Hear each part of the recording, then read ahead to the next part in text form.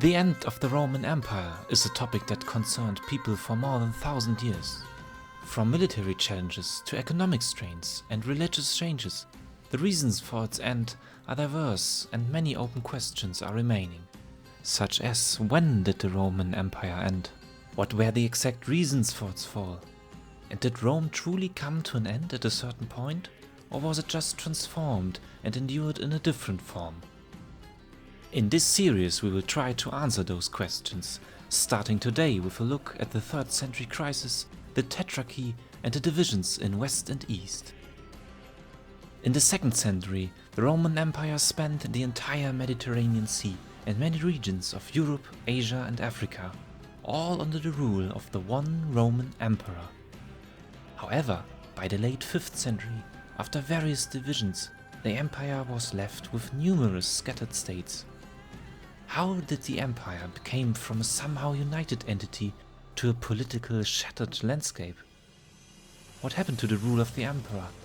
Why was the empire divided multiple times? And did those divisions play a role in the empire's decline, or perhaps unexpectedly contribute to a partial survival of the Roman legacy? Welcome to the first video about the end of the Roman Empire, and the very first video on this channel.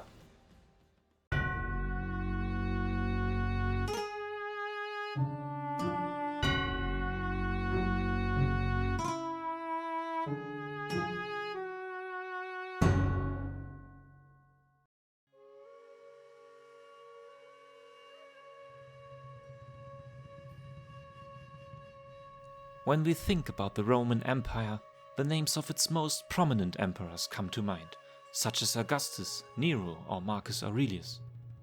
Although the figure of the emperor is strongly associated with the Romans, the empire was not always ruled by a single person. Before the days of Caesar, and more importantly Augustus, Rome had a republic system, where the Senate and 2 elected consuls held most of the power. But with the death of Caesar and the following civil war, the republic was transformed into something different. Augustus, originally known as Octavian, who had won the civil war and succeeded Caesar as ruler, created the title of Princeps, which signifies the first citizen, effectively becoming the first Roman emperor. Later the term prince, as the first one in line to inherit, would derive from this title. With the establishment of the Roman Empire, we can witness a massive transformation in culture and administration. One of the most notable changes was that the consuls, although they were still formally elected, weren't the head of states anymore. The former leaders of the Roman government were now of secondary importance at best, and their powers mostly transferred to the one princeps or emperor, which would generally hold his power until the end of his life. And like other public offices in the Roman Republic, women in principle were excluded from ascending to the imperial throne. The power which was held by the new emperor was immense, but in the early times of the emperor not unbalanced. The Senate was still existent and had many responsibilities and much influence in Roman politics, especially concerning legal matters such as trials or the government of some provinces.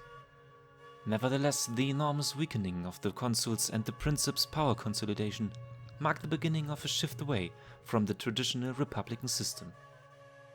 Not only historians but also contemporaries debated whether this transformation marked the death of the Roman Republic or its salvation.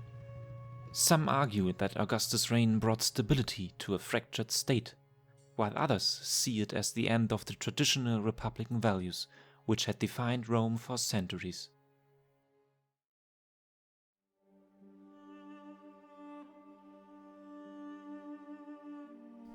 Between the death of Augustus and the early 3rd century, the Roman Empire experienced significant changes in its inner political dynamics and the role of the emperor. The delicate balance between the appearance of the traditional republican governance and the consolidation of power in the hands of the emperor, as seen during Augustus' reign, was soon altered into a firmer rule of the emperors. This trend towards centralizing power persisted with the emperors of the Julio-Claudian dynasty, with figures like Tiberius, Claudius and Nero. The later Flavian dynasty further solidified the emperor's role as the preeminent figure in Roman politics. Emperors as Vespasian and Titus focused on strengthening the emperor's position and implementing administrative reforms. Those included the codification of Roman law, the improvement of taxation and infrastructure, but also the creation of a cult of personality, where the emperor's public image was omnipresent in public life through monuments and festivities. The following period, often called Era of the Five Good Emperors, is characterized by notable emphasis on stability, administrative efficiency, and military prowess. This time saw an interesting change in the way of succession, because emperors would regularly choose their adopted sons as heirs based on merit rather than family ties, which would normally result in more capable leaders, although the succession was much more volatile. Until this point, the empire had lost many of its republican values and traditions. But on the other hand, it gained inner stability, while the military power and the territorial expansion of the empire were on its height. It was in this era that Rome achieved its greatest territorial extension under Emperor Trajan in 117. However, with the reign of Commodus, signs of instability emerged, and the emperor's authority became increasingly personalized, often at the expense of effective governance. Commodus concentrated his reign on himself, portraying him as a divine emperor descended from the gods, taking the cult of personality to an extreme. He's even famous for having fought as a gladiator himself, which was a unique thing to do as emperor, while neglecting many affairs of the state in political, military, and economic matters. His selfish and paranoid rule ultimately led to his assassination and started a short civil war, which is often called the Year of the Five Emperors, where 5 different Roman commanders and politicians fought over the succession of Commodus.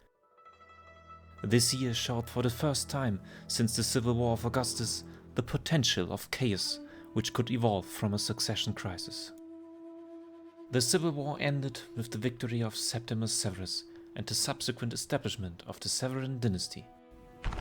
He and his successors continued centralizing authority in the hands of the emperor, while simultaneously dealing with internal challenges, including military revolts and economic difficulties. Additionally, the importance of the military grew, for the rule of the Severan emperors was mainly assured through loyalty of the troops and military pressure, rather than consensus with the Senate.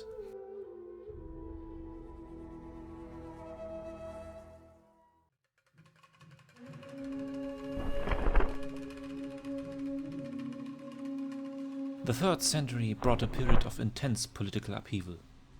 Frequent changes in leadership, often through military force, characterized this era. Emperors, known as the Barrack emperors, often rose to power based on the support of the legions rather than traditional means of succession.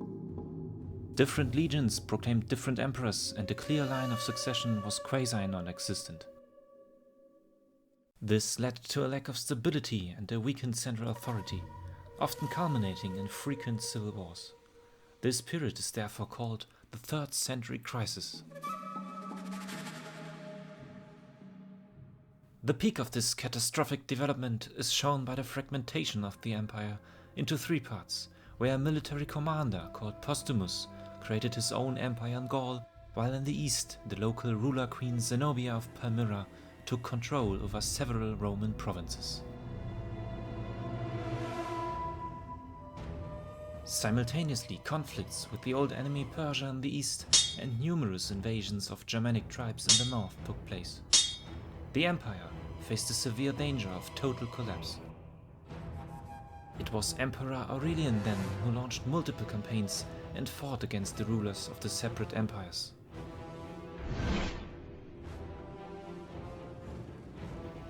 His reunification campaign marked a turning point in the 3rd century crisis.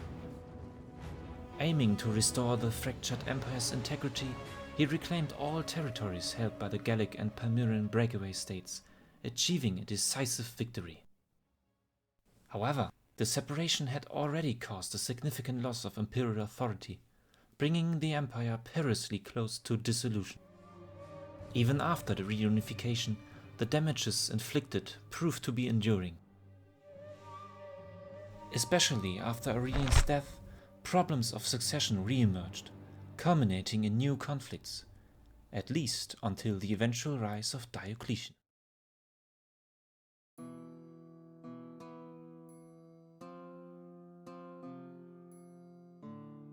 Diokletian's reign marked another important caesura. As so many emperors and pretenders before, he was declared emperor by his own troops after the former emperor was assassinated. He managed to become emperor without severe opposition from any side. Since so many single ruling emperors had been assassinated, Diokletian's first order of business was to bring stability to an empire teetering on the edge of collapse. He recognized the necessity of reorganizing the governance structure and introduced a series of reforms, whereby his key innovation was the establishment of a system called the Tetrarchy, which saw a profound change in how the empire was ruled. This innovative structure included having two Augusti, who served as the primary emperors in the eastern and western half, and two Caesars, who acted as co-emperors supporting their respective Augustas. These co-emperors would also gain control over their own territory, effectively dividing the empire not only in the western and eastern half, but eventually in 4 parts. Even new capitals in Milan, Nicomedia, Augusta Treverorum and Sirmium were established, while Rome would only be seen as a representative location. In the first place, it may seem strange how more ruling figures should provide stability, but Diocletian assumed that instead of having one single ruler, many leaders with divided powers would prevent further escalation. All 4 rulers ought to be in close contact with one another, and in the best case, in cooperation. Additionally, this system would have the potential to facilitate transitions of power after the death of one of the 2 Augusti. Diocletian's reforms represented a deliberate effort to counter the challenges that had plagued the empire during the preceding decades. By decentralizing power and providing a clear path for succession, he aimed to prevent further succession crises. In a move that set him apart from many rulers of this time, for Diocletian willingly relinquished a portion of his own power. This self-imposed limitation was a testament to his commitment to establishing a stable and enduring system for the empire. During most of Diocletian's life, this new system functioned in a stabilizing manner, and the people truly thought that from now on there would be an end to the many crises. But the Tetrarchy ultimately faced its own challenges.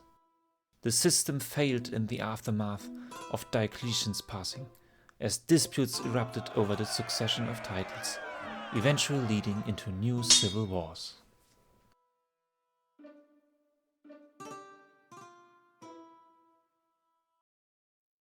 This was the first part about the partitions of the Roman Empire. Next time we will continue with the rise of Constantine the Great, the final split of the empire in East and West, and we will see where the Roman Empire declined and where it persisted. Hopefully you enjoyed this very first video on Per Historia and will visit again soon. Thank you very much for watching. Valete.